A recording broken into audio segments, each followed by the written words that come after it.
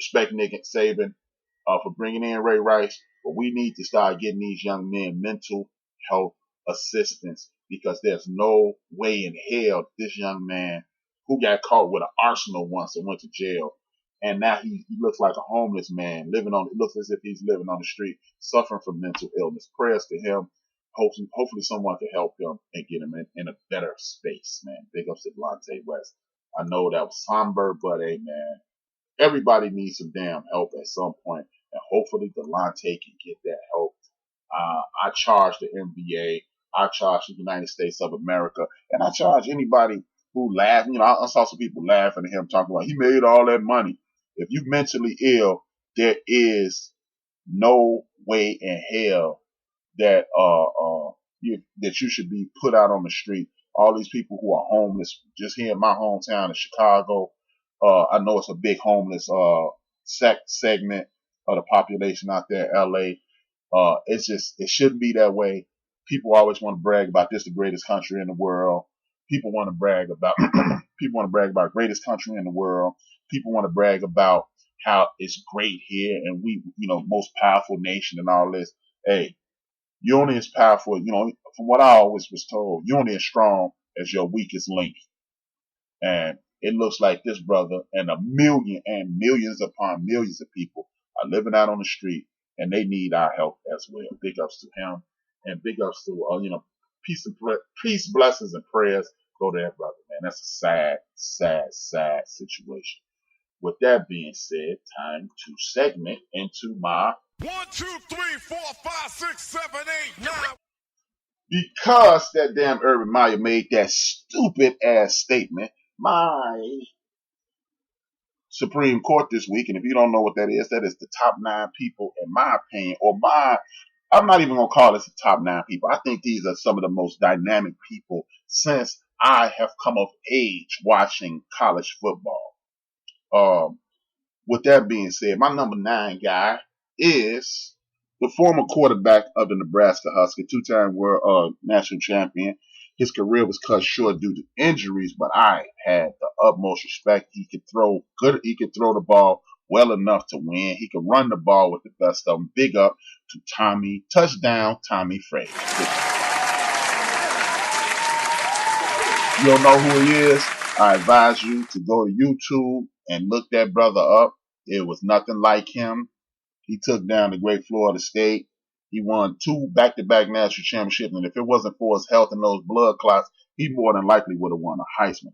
The next dude put a team on his back, lost the national championship to the University of Florida State, but we have never seen anything like him. After 2 years, he left college and became the number 1 pick in the draft. His name is Michael Vick. Pick up for Michael Vick. Number 8. And the next dude is a dude, I honestly believe I got this dude too low. I'm not even going to lie. This dude is too low on my list, but the other people on my list, they had longer careers. That's the only reason I made him the number 7 guy. This dude had a coming out party in 2005 against Michigan. The very next year, he won the national championship, beating Reggie Bush, beating Matt Leinart, beating what's the run?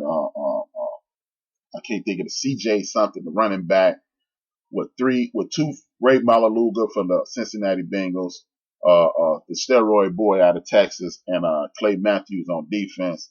Stacked team, 2-time national championship team, 2 Heisman Trophy winners on the other side of the field. This dude, Vince Young, is the number 7 guy on my list. I actually believe he should be higher, but the other guys played longer and they had more dynamic careers.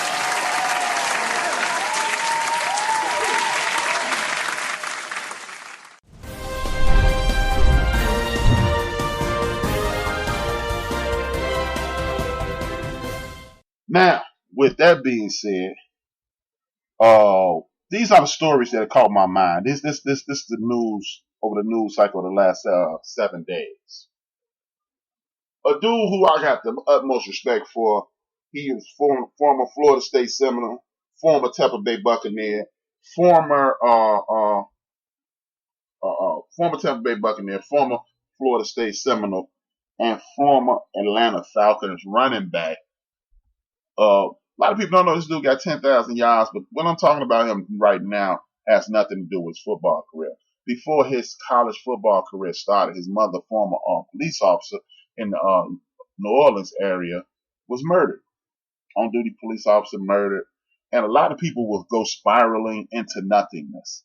Their lives will be ruined after this, but not this young brother. This young brother, Ward Dunn, has given away 175 homes. One of them to first round draft pick and should have been rookie of the year. And if you ask me, should have been comeback player of the year.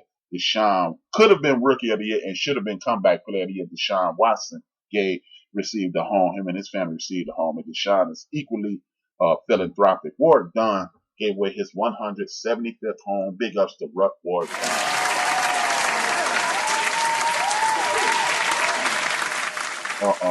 Now, I had to get that out the way because this is going to be a slew of negativity that I'm about to shoot at everybody. And I just didn't want to overshadow war with that. Yeah, but the U.S. don't give a damn about mental health issues. If they did, they wouldn't continue to cut funding.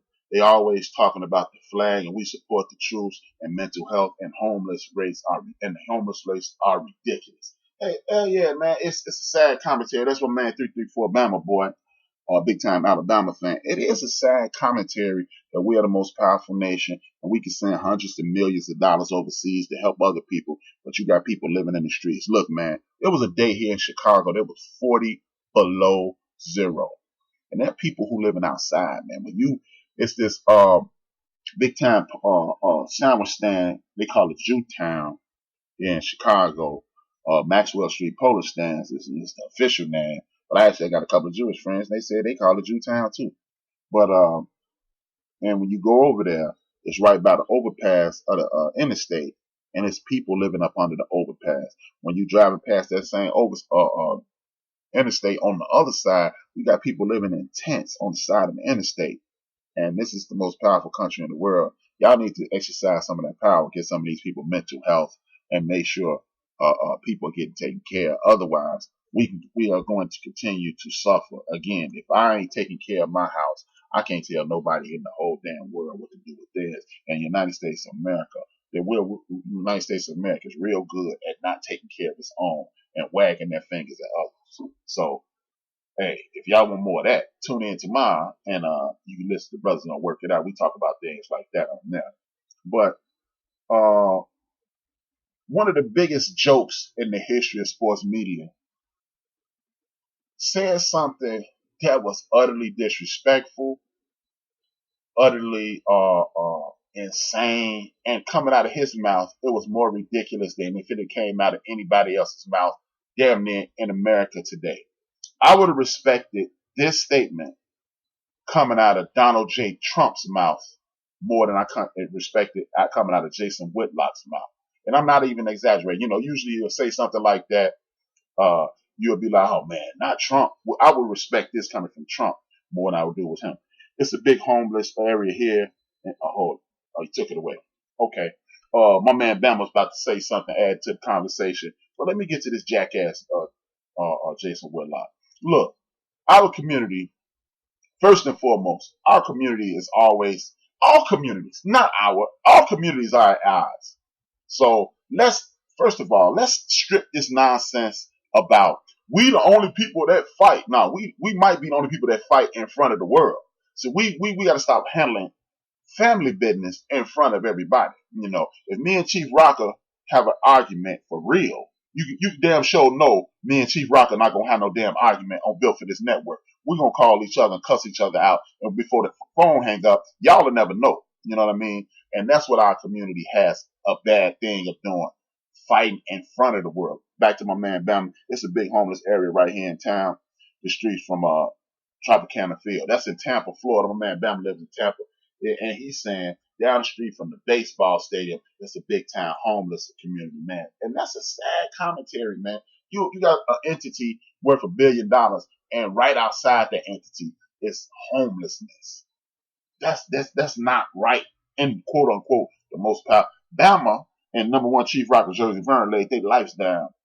They put their lives on the line for this country. So if anybody could talk about this and criticize the United States of America, it's Bama Boy, 334 Bama Boy, and number one Chief Rocker. They veterans. And if not anybody else in the chat room that's a veteran, they can do it before even me. But I'm gonna speak for them. It is a sad commentary that we don't take care of our own. It's like hitting a Powerball and your sister being home, and your sister struggling at a garbage job. Help your sister, put your sister in a better house and help her get on her feet.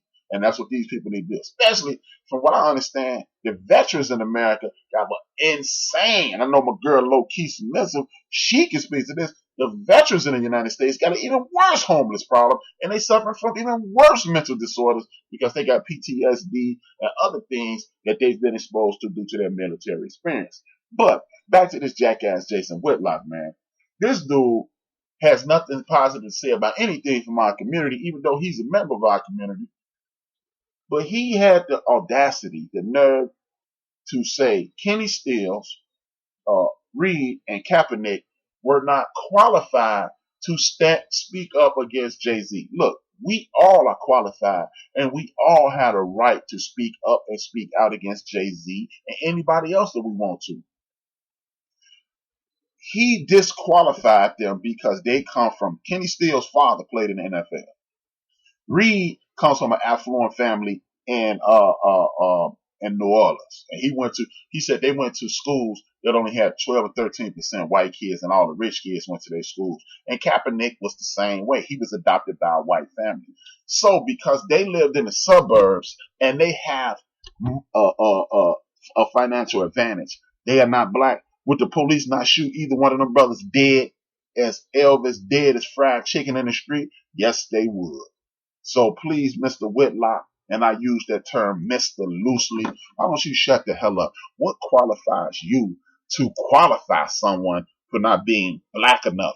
Because you're the same dude who was talking that yin yang when people started making the absurd comments about Barack Obama not being black enough. So here you are 8, 12, 14 years later saying the same type of bullshit.